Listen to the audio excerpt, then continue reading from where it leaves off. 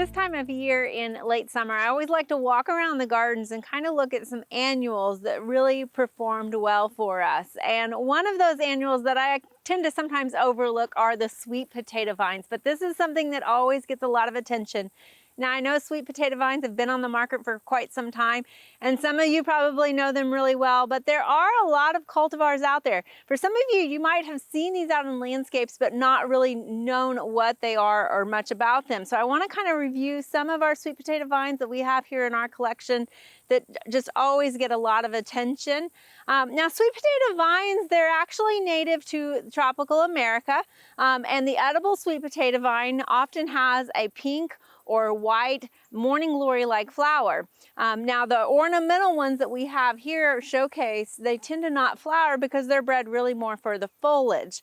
So notice I did say that the flower looks like a morning glory, and that's because in fact it is in the same morning glory family, which is different than the Irish or the white potato. In fact, the Irish or the white potato is actually more closely related to tomatoes and peppers, being in the Solanaceae family. So your sweet potatoes and your white potatoes, they're in completely different plant families, so they're not really related. But we're going to go over some of the ones that we have here. So this first one is called Blackie, and you can see it has a very deeply lobed leaf to it, and it's just got this really deep, intense purple color to it. And you can see that it gets a little green in some of the lower levels that aren't exposed to as much sun. Now, all of these do like full sun. So next to it here, we have the Ace of Spades. And the big difference between these two, Ace of Spades tends to have a little bit more of a rich purple color to it, but it has that heart-shaped leaf. It kind of reminds me of some of the cultivars that we see in red buds that have that real prominent heart-shaped leaf to it. But you'll notice that the new growth is very distinct with that green color. Now again, this is not it reverting. You might remember from a few segments that we did ago about reversion of cultivars. This is not reverting. That's just the new growth, and that's what it looks like. So you get a nice contrast there. Now, and if you're wondering, what do I pair this with? Because it's very bold, it's impressive, the color that you get. One of the easiest ways to create contrast is by simply putting the contrasting chartreuse color next to it. So next to it here we have this very chartreuse sweet potato vine, and this one is called Marguerite. Again, it has sort of a heart-shaped leaf to it that's not really lobed or anything like that. A very beautiful color, but you can just see how it creates this bold impact. Now behind us here, if you're looking for something that's a little bit more subtle, you might go with this tri-colored sweet potato. And you can see it has a little more of a ruffle look to, a little bit more texture to the leaf. As the branches come out, they have kind of a pink tint to them, especially on those newer leaves. They have more of a softer, almost like a subtle green color to the main part of the leaf, but then the margins of it are kind of edged in white and pink. So it's a nice softer look. It really works well in containers that maybe have a little bit softer color and not so bold. Now, the one thing you'll notice about all four of these is they are in raised containers here. In fact, it is actually an old culvert that we dug up out on the road, and we cut it up into pieces and then placed it on end here.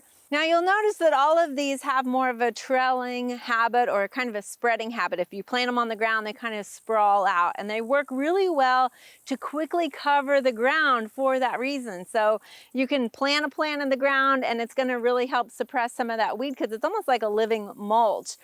But if you want something that's actually going to climb up, there are a couple of new cultivars on the market, and we've got some that are growing. So let's go take a look.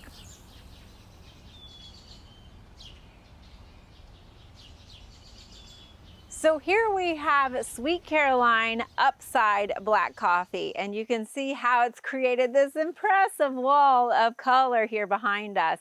And what this actually is several different plants that we've planted along just a wire crisscross trellis that we've created from the eave of our house down to the ground with some eye bolts. And so really it was just this crisscross wire that we created, and we allowed these plants to grow up. And you can see how they sort of kind of twine on themselves, creating these little arms that reach up and then will grab hold of more stuff. So it definitely does need some sort of structure to actually climb onto, but it will kind of twist up more so than just trail down. Now you can see that it does sort of have that same very deeply lobed dark purple texture and color to it. And also it has the new growth that is very bright green, again creating a nice contrast here. But a very impressive wall. So no longer does sweet potato have to just be crawling on the ground, but actually you can elevate it and really create an impressive display. Now there is also a Sweet Caroline upside that's called Key Lime, and that is the chartreuse version of this. Now where we planted it this year, we just planted on a single pole for support, and we sort of tried to tie it on there a little bit and get it to grow. And what we found is that one single pole wasn't enough support for it. It didn't allow it to really twist on there and grab onto it well enough. So we didn't see that it was as successful that way. I don't know whether it was necessarily less vigorous or the actual trellis system that we provided for it. But here we've got it growing on a nice crisscross system that's doing well. And then we also have it growing on some stock panels, and then it's topped out at 8 feet. Again, that's the black coffee that's over on the stock panel. So this one is doing quite well for us. I know a lot of people know about sweet potato vines, but if you haven't looked at some of the newer cultivars, there are some unique ones out there. And again, the nice thing about sweet potato vines is I would say per plant, you are getting your biggest return of color per square foot, because the time you plant it after frost till the time the first frost happens in the fall, you're going to have this color all season long. So it's well worth the investment in one annual plant because of the amount of volume of foliage that you get from that plant. Sweet potato vines, although they are tropical, they're well suited for most Oklahoma soils. And other than the potential of root rot, if you overwater the plant, there's really not much concern. They do love full sun, but you want to make sure that you're providing them with consistent moisture through our hot summer months as well.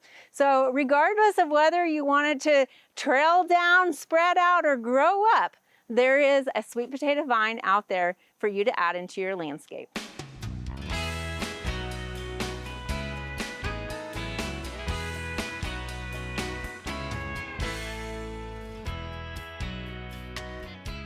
We hope you enjoyed this video as part of our Oklahoma Gardening YouTube channel. You can also find even more videos on the OK Gardening Classics YouTube channel. And join us on social media for great gardening tips, photos, and discussion.